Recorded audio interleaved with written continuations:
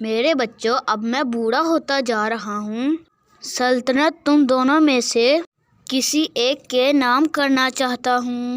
بادشاہ نے اپنے دونوں بیٹوں سے لیکن اس کے لیے تم دونوں کو ایک امتحان سے گزرنا ہوگا۔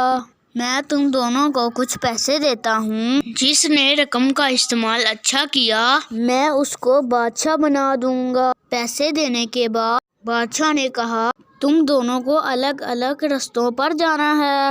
بیٹوں نے بادشاہ کو الوداع کہا اور چلے گئے۔ کچھ دیر چلنے کے بعد بڑا بیٹا ایک بازار میں جا پہنچا، جہاں اس نے گھڑیوں کی دکان دیکھی۔ کافی دیر بعد اس کو ایک سونے کی گھڑی پسند آئی اور اس نے وہ خرید لی۔ اس کا یہ خیال تھا کہ بادشاہ کو یہ گھڑی بہت پسند آئے گی۔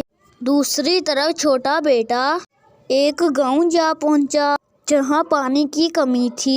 لوگوں کو پانی حاصل کرنے کے لیے دور جانا پڑتا۔ اس نے ان پیسوں سے وہاں کنواں کھدوایا اور پانی کا مسئلہ ہمیشہ کے لیے دور ہو گیا۔ واپس آ کر دونوں نے بادشاہ کو اپنی اپنی داستان سنائی کہ انہوں نے پیسے کہاں خرچ کیے۔ بادشاہ نے چھوٹے بیٹے سے کہا، مجھے تم پر فخر ہے کہ تم نے لوگوں کی پریشانی دور کی، جبکہ بڑے بیٹے نے وقتی خوشی حاصل کی۔ بادشاہ نے چھوٹے بیٹے سے کہا کہ آج سے تم بادشاہ ہو۔ اس پیاری سی سٹوری کے ساتھ اللہ حافظ۔